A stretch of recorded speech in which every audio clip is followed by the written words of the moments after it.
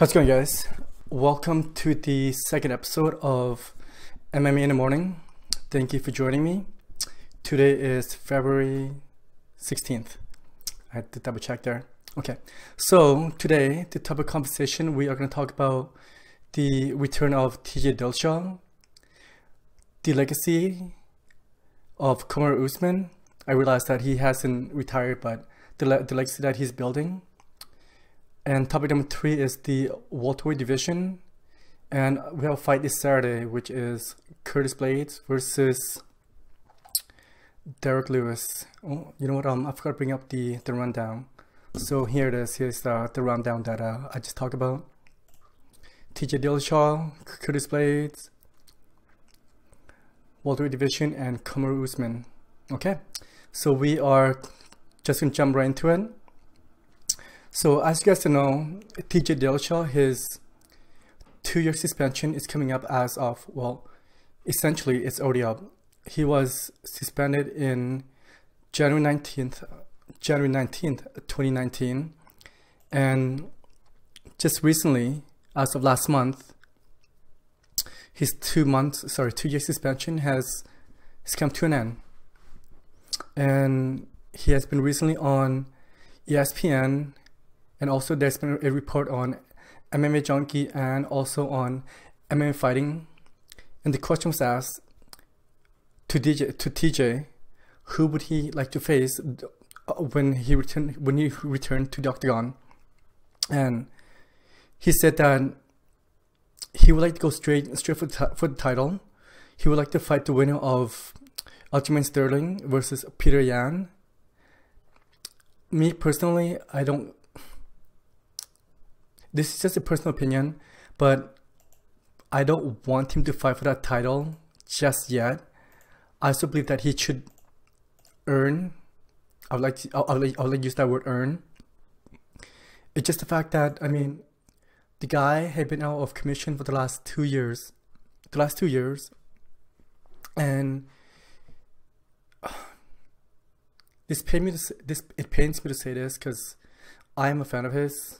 Like, as a fan, we have no idea. I don't know how long he has been cheating, because that's what he did. He tried to cheat the system, he got busted, and now he's serving his time, and now he's ready to come back. But 2 years is a long time. I realized that he's the champ. Well, he was the previous champ, but you know what? I just have a mixed emotion and mixed feelings about this. I mean, I think he's a good fighter, but could he be great without the help that he has been receiving previously? And when I say receiving previously, I mean, like, you know, the substance that he got caught with. Okay, so here is a bit of a record about TJ. He won his. Let me switch it over here. He won his first title from Renan Morel at UFC 173 with a TKO stoppage, at the 5th round, and then he went on to defend it twice. Then he lost it back to the returning champion, which is Dominic Cruz. And a lot of fighters, and a lot of fans, myself included, it was a very close fight. It could have gone either way. TJ felt that was robbed, But if you leave it to the hand of the judges, you can't really complain. You could, but that's all it is. It's just a complaint. You can't really get anywhere. In this case, he did not. Okay, so eventually he has to go on 2 more wins. So he went on a 2 more winning streak, and the first one was at UFC 200 when he beat Rafael Sanzal, and then at UFC 207 when he beat John Lineker, and then finally he got his second title shot versus against Cody Garbrandt. And if you guys have been listening, Cody is very upset about this, which is understandable because he believed that TJ has been cheating the system, taking advantage of the system since the first meeting, and this is the first meeting, and it cost Cody his title, which he still believes as of this day, if you guys listen to him, that he believed that he should have never lost that title, but he did. Like I said, it goes back to don't leave it to the judges, but unfortunately this was a second round stoppage, and that was at UFC 217. And then there's the rematch, which is TJ Dillashaw first title defense during his second reign, was at UFC 227, and well, we know what happened there. It was a first round stoppage at 4 minutes and 10 seconds without TKO punches. Then after that, he moved down, tried to fight Henry Cejudo to become the champ, and he lost it there. He lost that at 125 at the flyweight in 32 seconds into the first round. But man, if you guys watch that fight, okay, I don't want to be a hypocrite. I don't want to be that guy, but I was rooting for him. I was rooting for the win, because before I know that he was cheating, I was a fan of his, and honestly, as right now, I still kind of am. I believe that he has served his time, and he's going to come back and make some money, because at the end of the day, he wants to support his family, and this is how he does it. As a fighter, you must go there, you must win, because if you don't, then the reality of the situation is that you will get cut. You will get cut, and I don't want to see that. So hopefully he learns from his mistakes. That's what I'm hoping for. And now let's take a look at the ranking here.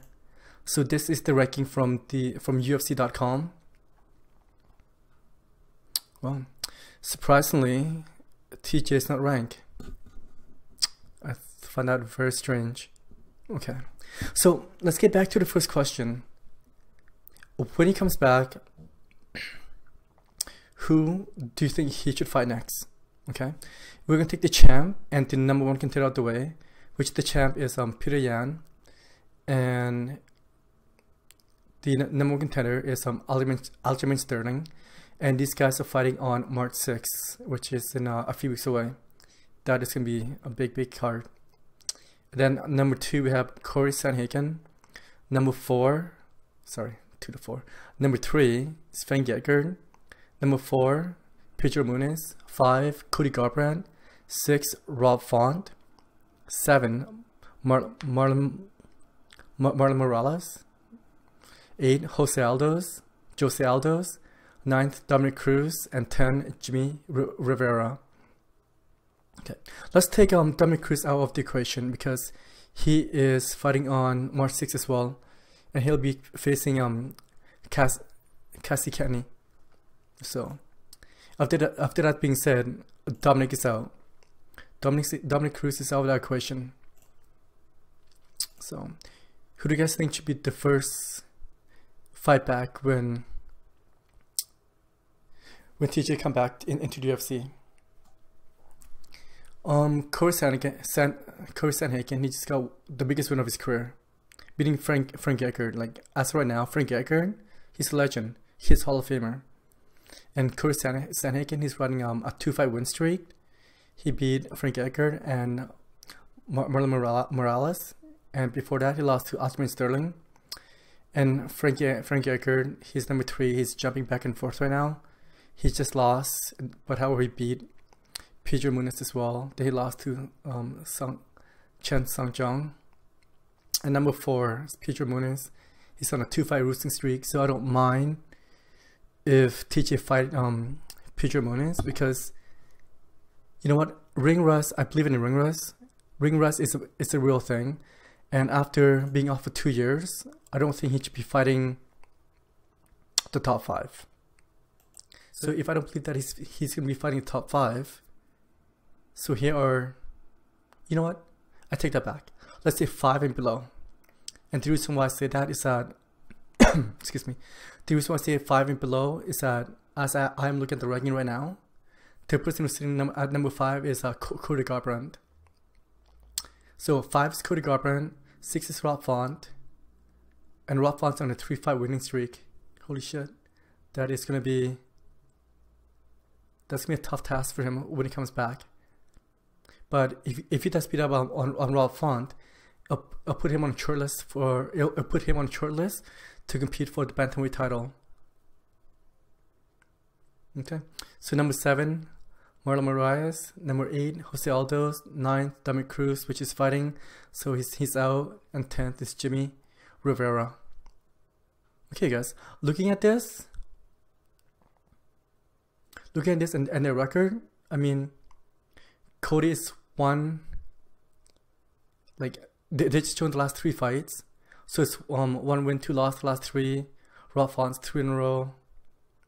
Yeah, my pick, if I had to pick right now for Cody Garbrandt, for TJ Dillashaw, I believe the shortest path to the title is Rob Font.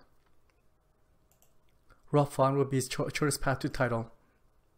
Because like I said, Rob Font he is on a 3-fight winning streak, and if you can beat a guy on a 3-fight winning streak, you're right there.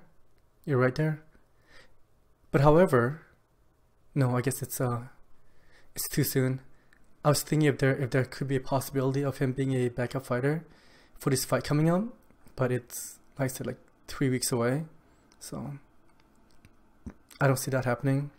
And he also had to pass the COVID tests and all this other stuff that UFC would have him doing.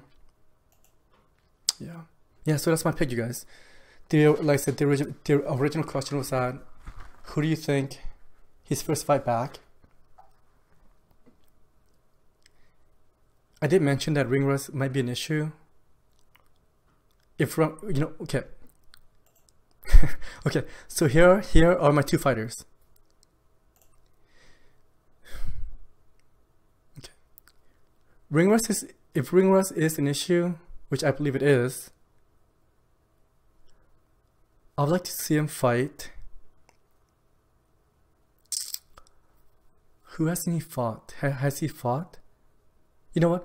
I'd like to see him fight Frankie Edgar, because I believe that would be a fun fight. I believe that Frankie Edgar would be a good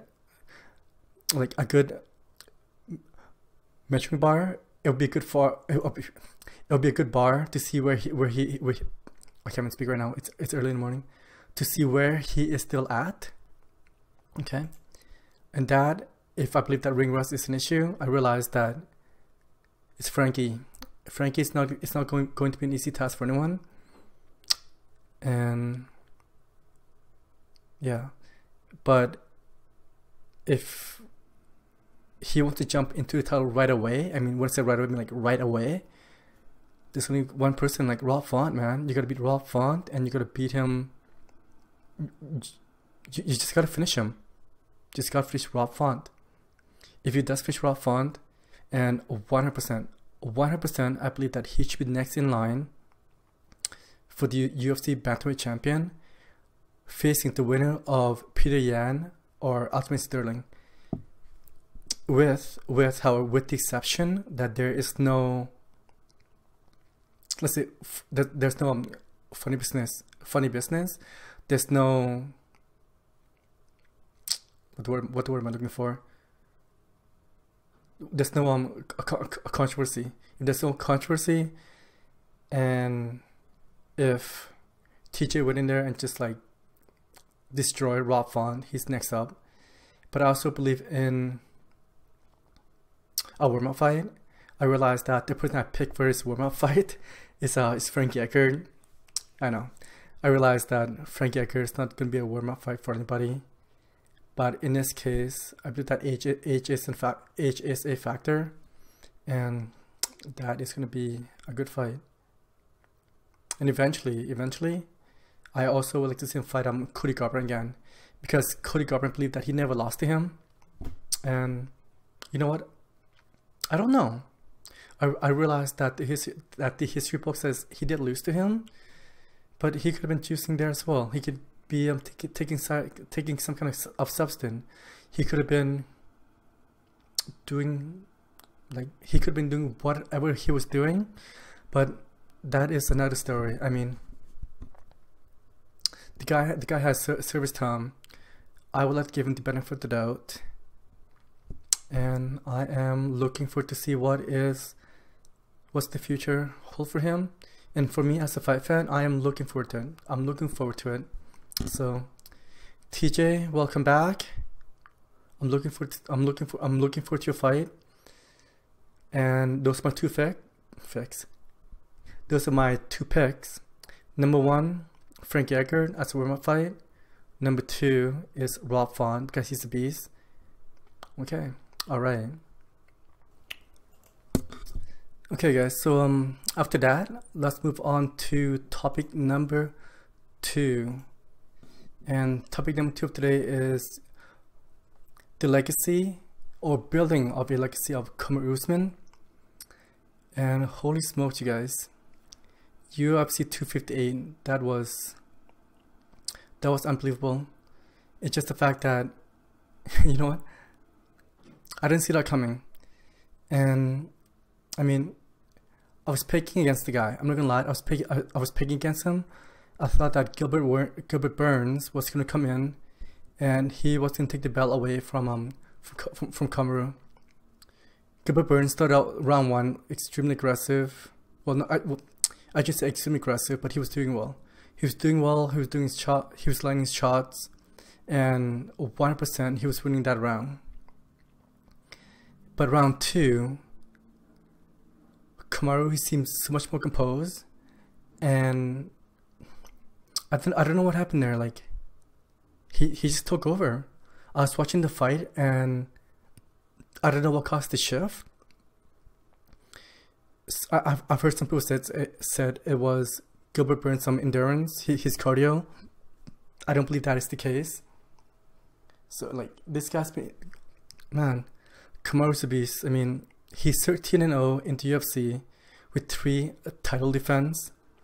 And let's have a quick look at his run. Well, first of all, he's undefeated, which I just mentioned. But his last few fights, Gilbert Burns, Jorge Masvidal, which is a 5-round decision. Colby Covington finished round 5, and Tyron Woodley decision. But before that, he beat Rafael dos Anjos, then Damian Maia, Emil Meek. This guy's just been on a tear. So, what's left? What's left of him? What's left for him to do besides win, which he has been doing for like the last 13 fights in a row within the UFC, the toughest organization in the world right now. So, and also on top of that, I believe that in his 4th title fight, the first one in 4 is when he beat Tyron Woodley. He will perform in the night on that one, then against Colby, then against Jorge, and the one from last Saturday as well at UFC 258. So, and Ali Adelaziz, his manager, he did mention that Kamaru would like to come back into UFC as soon as possible. I don't know about that. And he did mention from his Twitter account, both, and we said he, I mean, Kamaru, he said that he's being generous. What does generous mean? Okay, this is what it means to me. If he said that he's being generous, I believe that comes to a title shot, the next person to fight him for the title shot, and who he believe is the general offer to taking that shot versus him, the champ, which is Kamaru. So, after that being said, there's only, in my opinion, two guys that he could be referring that to. And number one is Colby Covington. I mean, Covington, His last loss was to Kamaru, and after that, he is. Let me have a quick look here. He's 8-1, 8-1 within his last 9. This is Colby. Colby's 8-1 within his last 9, and his only loss was to the reigning champ. That's quite impressive. And then the other one is, of course, Jorge. And Jorge was on such a big streak as well. Before losing to Kamaru at UFC 251. And you know what? That was on like 2 weeks notice. So I believe that Jorge should receive a pass for that one, because it's 2 weeks and the champ's got a full training Champ has got a full training camp. And now we know, well, okay, now I realize that Jorge was tough. He was, you know, he's a street fighter. He was tough to finish. And it's just the fact that for Jorge to come in and to go 5 rounds with the champ with essentially 2-week training camp, holy smokes, man. Holy smokes. Compared to Gilbert Burns, which he received a full training camp, and previously before that, they were scheduled to fight, but Gilbert Burns had to drop out, and that's when Jorge stepped in to save the fight card at UFC 251. And me personally, between the two of them, I believe that the next shot is gonna be, you know, either one, regardless of who the UFC gave it to, between Colby or Jorge. I think it's be a fun fight. I think it's be a crazy lead up to the event. So yeah, but however, there's another name, which is Leon Edward. Leon Edward, he's gonna be the odd man out in this situation. You know, that's very, very unfortunate, because Leon Edwards has been on such a ridiculous run as well, but no one wants to fight him. And the last person that he was supposed to fight, Chimaya, he came down with COVID. Now what? Leon did say that he would like to remain on that fight card, I believe March 17th, if I could recall. I don't know. Don't quote me on that. I'm not even gonna look up. But however, I am gonna look up Leon Edwards' fight stats right now. I believe that he's on a sick run as well. Yeah, Leon Edwards, he is 1, 2, 3, 4, 5, 6, 7, 8. He's on an 8-fight winning streak, and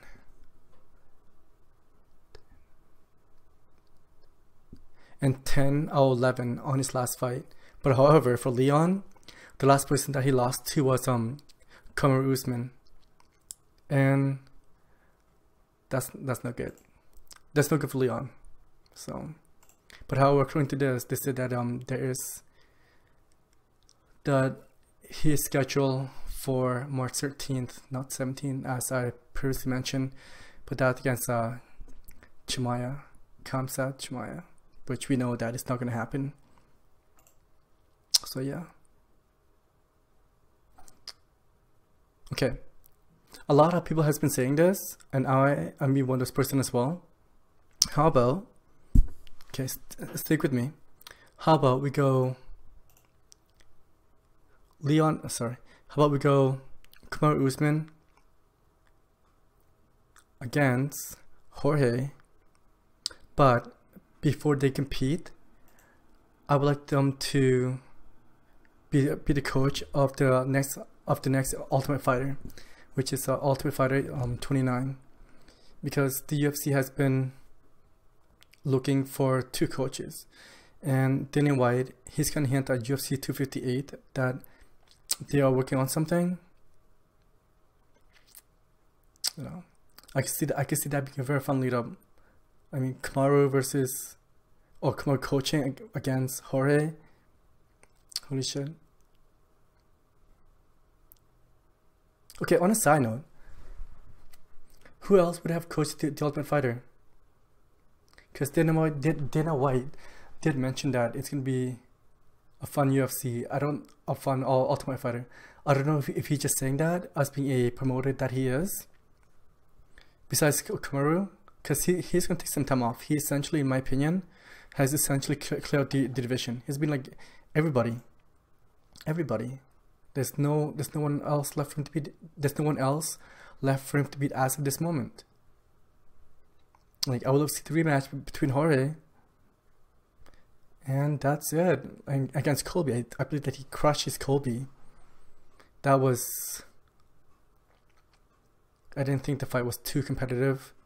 He was having his way with him. If Kamaru did not finish him in round 5, if this does go to the judges' scorecard, if this does go to the decision, like, Kamaru was going to win in a decision regardless.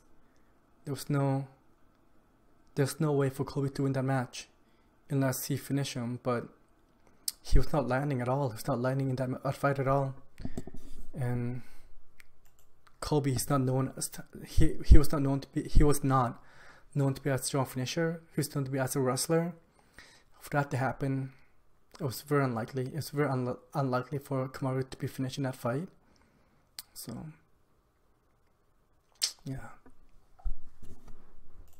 Okay, so that is my quick thought on Kamaru Usman, of him building his legacy. And you know what? I'm gonna keep watching his fight. I don't know if I'll be betting against him, but we'll see what happens. I would 100% like to see a rematch between Jorge and him, which I've mentioned throughout the video. I wouldn't mind seeing a rematch between him against Colby. It's just the fact that I'm not a fan of Colby. I would like to see him get his ass kicked again. And yeah, okay. So that was topic number 2. Alright, let's head over to topic number 3. I do realize that this is going to be very similar to what I just mentioned, which is how great Usman is. But let's have a quick look of who else is in the Welterweight Division. And you guys, let's have a quick look at the ranking here.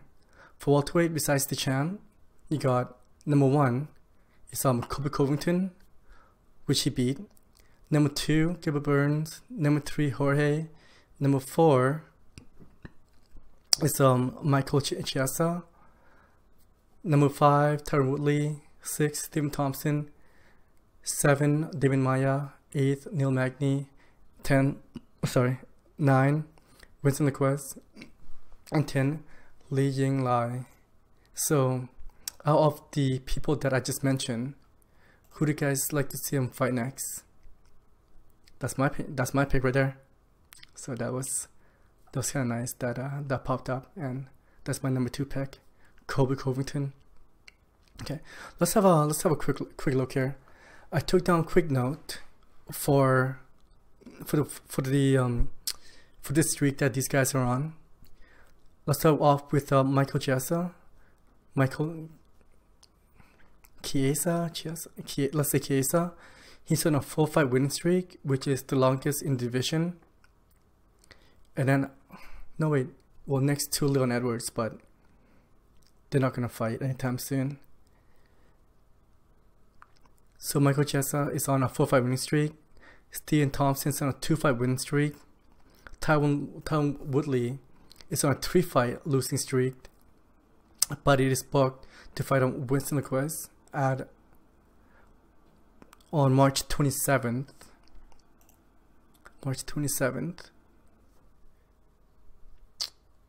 How about this? Would you guys be interested to see Nate Diaz? How about Nate Diaz? I mean, he was recently on ESPN doing an interview with Ariel Helwani, saying that 170 is going to be his home moving forward. If that's the case, why not? Why not? I mean, it's not going to hurt. Okay. So let's just assume for one moment that the champ, Kamaru Usman, that he is going to be one half of the coach heading into Ultimate Fighter 29. So the division must move on. And the reason why I'm bringing this up is that who should fight to be for the #1 contender? And I would like to take out two people out of the possibility of who it could be, and that is Colby Covington and Jorge Masvidal, because it's gonna be one of those guys. It's gonna be one of those guys, and it just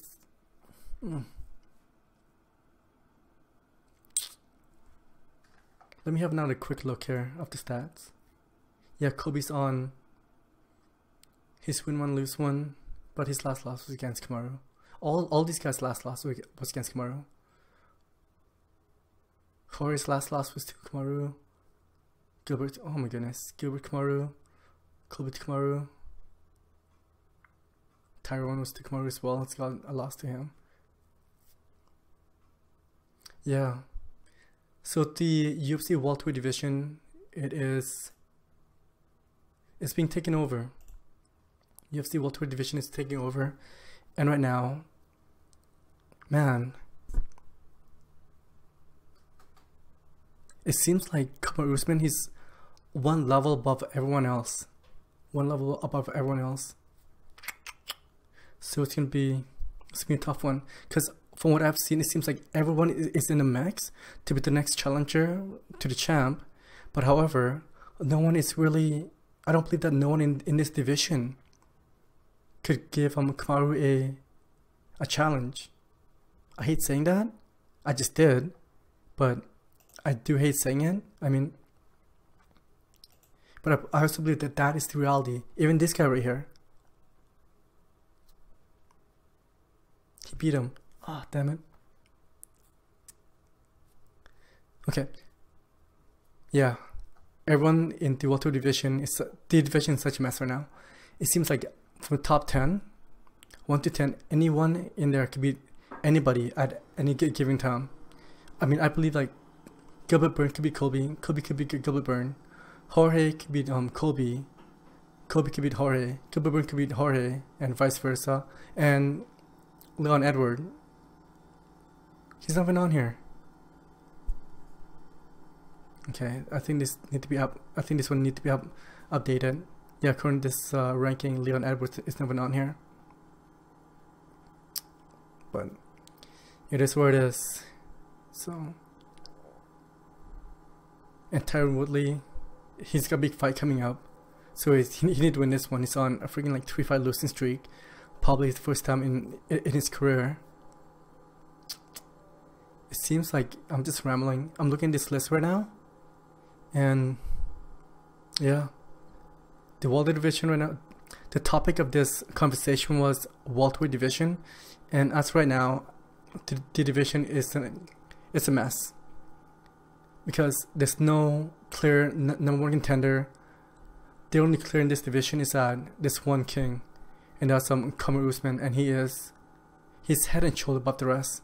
He has destroyed everyone on this list, and everyone else on this list, they could beat each other like any given day. One person can have a good day, one person can have a bad day, and that's it.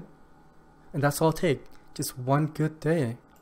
And one good day is the difference between you being the next challenger or you go to the back of the line. So yeah. Yeah. Huh. Okay. So that is my quick thought on the welterweight division. Like I said, it's messy. It's a messy division. There is no clear contender. There's one king, one ruler of that division, and that's the champ. I don't see anyone beating him. I cannot believe that I just said that, considering what I just said previously. And you know what? And you know what? What is strange? That still doesn't make me a big fan of his. Why is that? It doesn't want to make me. It does not want. it still does not want to make me jump on the wagon. Like,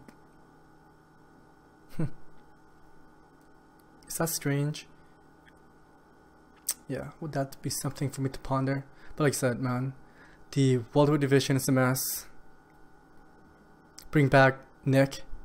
There we go. Bring back Nick. Let's see how Nick Diaz will do against these guys. Bring back his brother as well. Let them fight like whoever they want. Because at the end of the day, like, these guys are draws. These guys are draws. They will put ass in seats. Tickets will be sold. Pay-per-view will be purchased. Yeah. What else can I say? What else can I say? Alright, here we go. So we are going to head into the last topic of the day. And that is the UFC fight coming up this Saturday, February 20th, which is Curtis Blaydes taking on taking on Derrick Lewis. And that is going to be taking place at the UFC APEC. And you know what, guys, I am excited about this fight. I am a fan of both guys, especially Derrick Lewis. I mean, I think the guy's hilarious. Okay, but however, besides me being a fight fan, excuse me, as I'm looking at the rank right now, Derrick Lewis, he's sitting at number 9, and Derrick Lewis is sitting at number 8, and Curtis Blaydes is sitting on number 2. The only one that is ahead of him right now is Francis Ngannou. So, yeah, I am excited for this fight. I don't know what to say, man, because me looking at this fight right here, it's a big fight for two men for two different reasons. Number one, let's start off with Derrick Lewis. I realized that he's running number 8, and that is far away from being the next title challenger. I realized that he has competed for the title when he fought Daniel Cormier, but I realized that if he beats number 2, he should be very close. He should toss himself in the mix, which I believe he will. But however, there's one other person that could overstep both these guys, and of course it's Jon Jones. But if Derrick Lewis does beat Curtis Blaydes, I'll bring him up to the top 5. The UFC could make a bunch of fun fight for him.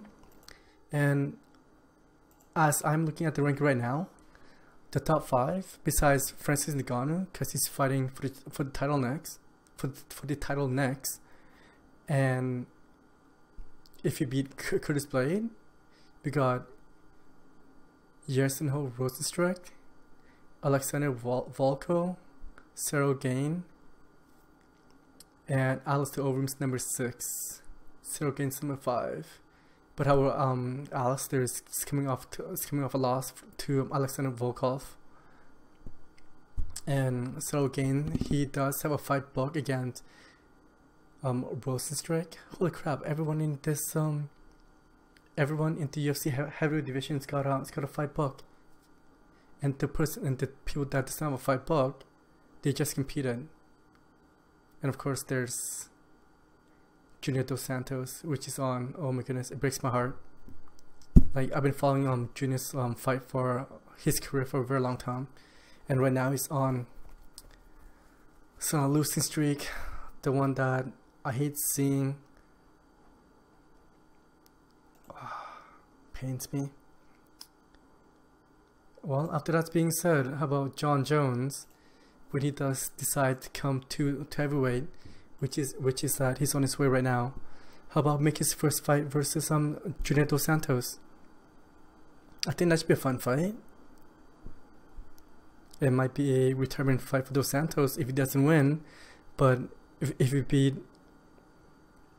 beats Jon Jones, I know it's a big if, but if he beats Jon Jones, he'll be the first man to do it, and that will be another name that he could add to his resume.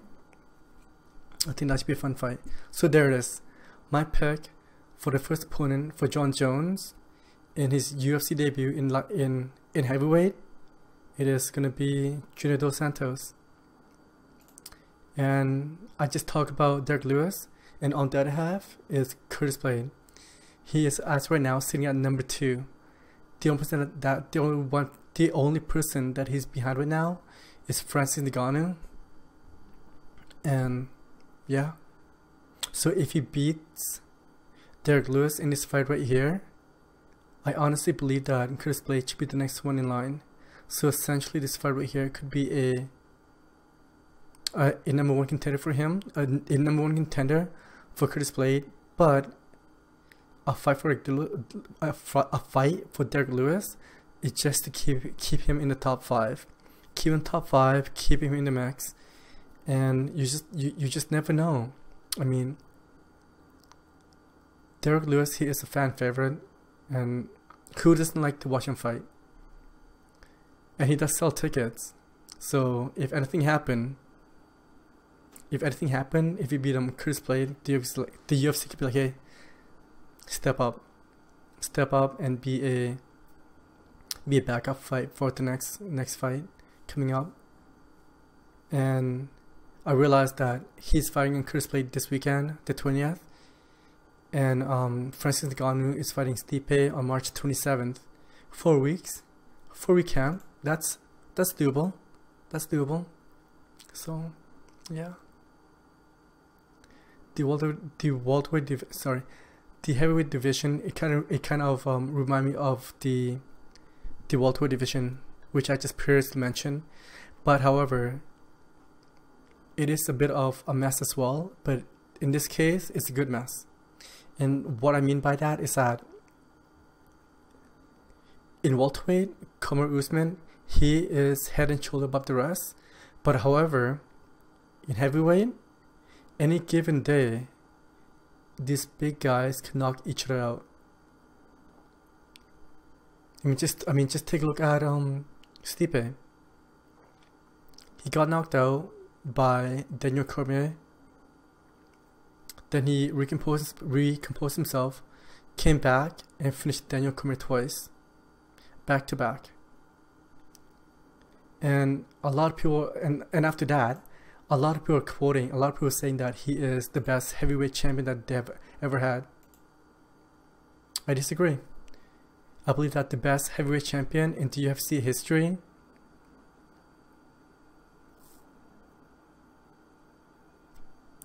this is unbelievable right now. Okay. I know, I'm gonna say it. You know what? I'm not even gonna say it.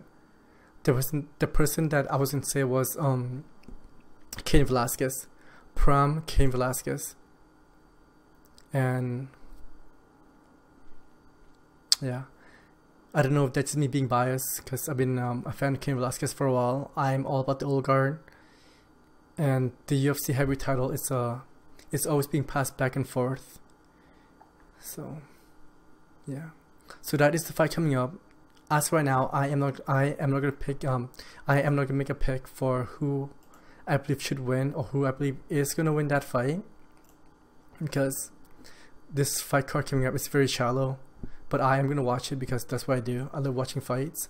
I love watching two specimens because that's what these guys are. These guys are beasts. These guys are beasts of a specimen. I love to watch these guys fights. So yeah. So fight week. This is another fight week. Today's Tuesday. 4 days away. I am excited. I just want to see what happened.